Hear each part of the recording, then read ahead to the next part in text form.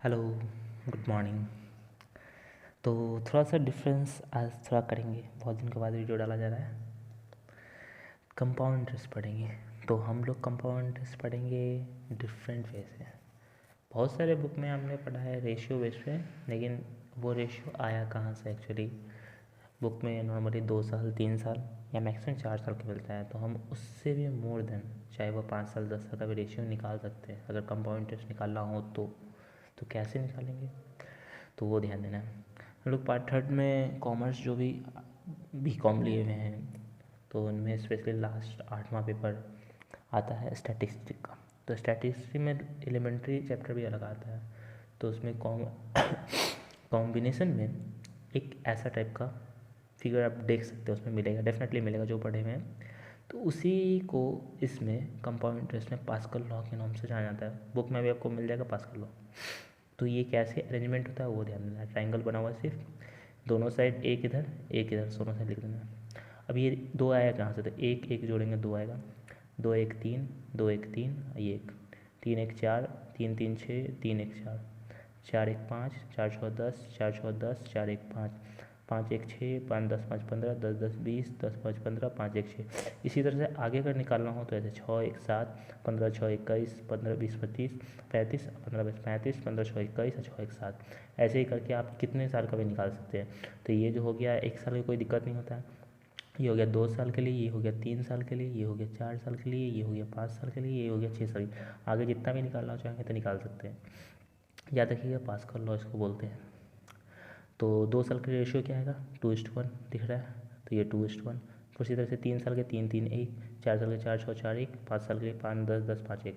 मेरे एग्जाम में मैक्सिमम पूछाएगा तो वो होगा 4 ईयर, उससे ज़्यादा कभी पूछने का चांसेस नहीं होता है कंपाउंड इंटरेस्ट में। तो हम लोग क्वेश्चन, छोटा सा क्वेश्चन देते हैं। जस्ट लाइक प्रिंसिपल, मतलब अगर मूलधन हम 10 रुपये, किसी भी इन्वेस्टमेंट, किसी भी हम बिजनेस में अगर 10 रुपये इन्वेस्ट कर रहे हैं, rate of interest 10% per annum के तौर पे, टाइम मान लीजिए 2 वर्ष हो या फिर 3 वर्ष हो, तो पहले 2 वर्ष के लिए देखेंगे, उसके बाद 3 वर्ष के लिए। तो कंपाउंड इंटरेस्ट कैसे कैलकुलेट करेंगे वो, तो हम लोग रेशियो बेस पे देखेंगे। तो on ratio based for 2 year, सबसे पहले हमारा कितना है, 10,000 रुपये इन्वेस्ट करें। 10,000 का 10% कितना होगा, 1,000 रुपये, क्लिक। उसी तरह से जो इसका 1,000 रुपये आया है उसका हम लोग 10% फिर निकालेंगे, तो 1,000 का 10% कितना, 100 रुपया। रेशियो हम लोग कितना लिखे थे, 2:1, 2 साल के लिए। तो 1,000 पहला वाला में 2 साल के लिए, तो 1,000 रुपया, और दूसरा कितना है, 100 रुपया, 100 रुपये इधर। अब इसको आपस में मल्टीप्लाई करेंगे, 2 को 1,000 से करेंगे 2,000, 1 को 100 से करेंगे 100, तो कैलकुलेट होने में कितना आया, 2100। ये हमारा कंपाउंड इंटरेस्ट है, ठीक है। बस इसी तरह से अगर आप थोड़ा सा प्रैक्टिस ज़्यादा कर लो तो I think with in 10 second, ऐसा क्वेश्चन के लिए 5 से 10 सेकेंड क्वेश्चन के लिए काफ़ी है, इजीली सॉल्व कर सकते हो। नेक्स्ट देखते हैं 3 साल के लिए क्वेश्चन क्या हो सकता है। सेम प्रोसेस यहाँ जो किए हैं, एक स्टेप और बढ़ जाएगा, 2 स्टेप दिख रहा है आपको। तीसरा स्टेप क्या है, जो 100 जो अमाउंट है, फिर 100 का 10% निकालेंगे तो 10 आएगा। रेशियो क्या है, 3:1 है। अब मल्टीप्लाई कर दिए, 3,000 हो जाएगा, 300 हो जाएगा और ये 10 हो जाएगा। तीनों को जोड़ देंगे कितना हो जाएगा, 3,310। ये हमारा कंपाउंड इंटरेस्ट है 3 साल के लिए, सिंपल। सम डिफरेंट ट्रिक बोल सकते हैं। अगर हमको मान लीजिए एज्यूमिंग डैट हमको निकालना 2 साल का कंपाउंड इंटरेस्ट, सेम क्वेश्चन की तरह, तो हम मान लेते हैं कि पी जो प्रिंसिपल हमारा वो 100 रुपया है, और देन हम क्या करेंगे, 1 + r का स्क्वायर और r का स्क्वायर, इस दोनों को आपस में घटा देंगे। तो r कितना 10% था, तो 1 + 10 मतलब 11 का स्क्वायर, 10 का स्क्वायर, 10 का स्क्वायर, ठीक है। तो 11 का स्क्वायर 121 होता है और 10 का स्क्वायर 100 होता है।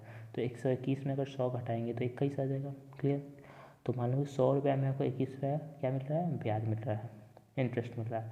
तो 10,000 में कितना मिलेगा, 2100, डैट्स क्लियर। बस इस तरह से भी हम लोग सॉल्व कर सकते हैं। Thank you.